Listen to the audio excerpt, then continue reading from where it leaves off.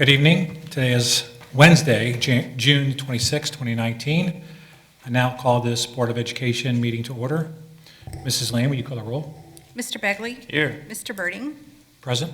Mrs. Gundrum? Here. Mrs. O'Neill? Here. Mrs. Shorter? Mr. Begley, will you please lead us in the pledge?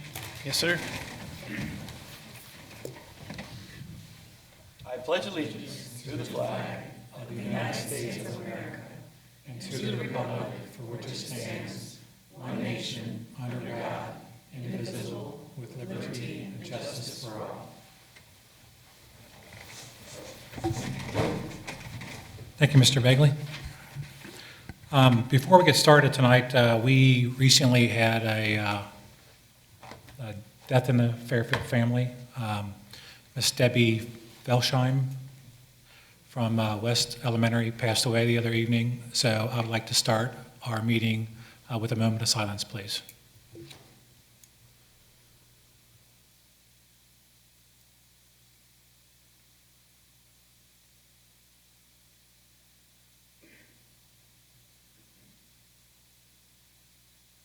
Thank you. The first item on the agenda would be presentations and resolutions. Mr. Smith. Yes, Mr. Birdie and members of the board, we do have one presentation scheduled this evening. This time, I will turn it over to Julie Joyce Smith from the Butler County Auditor's Office. Good evening. I think summer is finally here. It feels a little warmer out there than it has in the past. So again, I always want to thank you for allowing me a few minutes of your time. My initial talking points for this evening started off with me talking about fuel quality testing and updating you on what has been very, very little progress because right now the budget bill is taking all of the time and the attention. So I am pleased to announce, however, that our work with the FBI has led to the arrest and the suspect and federal charges have been filed against a gentleman for using a skimming device in both Butler and Hamilton counties. We were able to work cooperatively with a station owner here in Fairfield, and he allowed us to put a camera in the pump. And we turned that information over in October. We had a pretty good idea from his tattoos, and we had about 20 minutes of footage. He didn't go quickly of his face and even got a little bit of a license plate. So we were able to turn that over to the FBI, and they were pretty quick in determining who the gentleman was, but they've been unable to apprehend him until recently. So we were notified on Monday that the Southwest, or the Southern District of the U.S. Attorney's Office contacted us to let us know that he was stopped in just a regular traffic stop in Louisville. And once they ran his ID, they figured out who he was. And he was nice enough to seek asylum and had his fingerprints on file. And they were able to pull prints from inside the pumps in both Butler and Hamilton counties. So we're pretty happy about this. So we're pleased that something has finally happened and that we were finally able to apprehend. At this time, we're not really disclosing the location of the Fairfield station for two reasons. One is the owner has been very, very cooperative and wanted us to catch this gentleman as much as we did. And the other is we still have cameras out in the community. So we're really not interested in playing our total hand at this point, because now we think the criminals might be onto the fact that we're using cameras. So that's fine. They can go somewhere else. Leave Butler alone. So that's the update this evening on the skimmers. The other large portion of our office is dedicated to the valuation of property.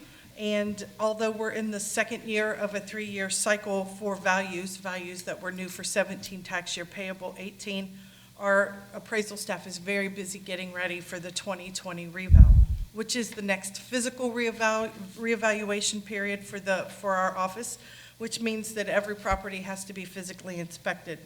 So what that means is at the end of May, our appraisal staff entered the field to physically inspect approximately 4,200 properties across the county. Reason we like to bring this up in public forum is because, for two reasons. We always contact the local police departments and dispatches to let them know that we're going to be out and about. But we also, with school being out and children being outside, we just like everyone to know what our intentions are. Our vehicles are very clearly marked. Our staff is very clearly marked with shirts and IDs, and if you ask them, they gladly hand you a copy of their, or they show you their ID and what they're doing. If you see someone on your street with a camera, maybe taking notes, and their cars aren't marked, that's not us. If you approach them and they don't have proper ID, again, that's not us. So we're just kind of letting people know that this time of year we're out in the community. The next item is for the commercial industrial members of the community. They've received an income and expense survey from our office. We will utilize this information, gleaning lease and rent information, construction costs and things like that, in order to properly appraise the commercial industrial property. And then on the residential and commercial side, we've been reaching out to the municipalities and then through the township to the building and zoning departments to obtain building permits, inspection dates, and blueprints. It allows us to bring this stuff into the office beforehand, before we go out in the field. It gives us an idea of what we will be picking up. It allows us to more accurately assess the property. Why am I telling you about this, you might be wondering? Well, it's twofold. Number one is we want to put the best value on properties to protect the taxpayer. That's number one, our goal. But number two, it protects your revenue stream. I can dare to say that in the last 20 years or 30 years that I've been in the office, our number of appeals have dwindled rapidly and vastly. I can remember a time during an actual reappraisal cycle where we might have 1,800 or 2,000 appeals on value. This year, I think we're down to 280 for the entire county. So that's a pretty good indicator that we feel like we're doing a better job internally appraising those properties. And in turn, there's fewer appeals against valuations, which again protects your revenue stream. So that's why I'm kind of telling you about this at this point. And then finally, I always like to put a plug out there for our homestead. We are no longer precluded to limiting people applying to a June deadline. We now have through December to collect that information.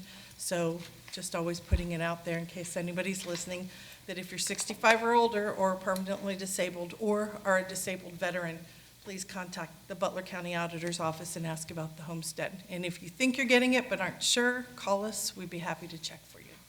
And if you have any questions, I'm happy to entertain them. But again, thank you. Any questions? No? Well, thank you very much. Thank you. Thanks, Julie.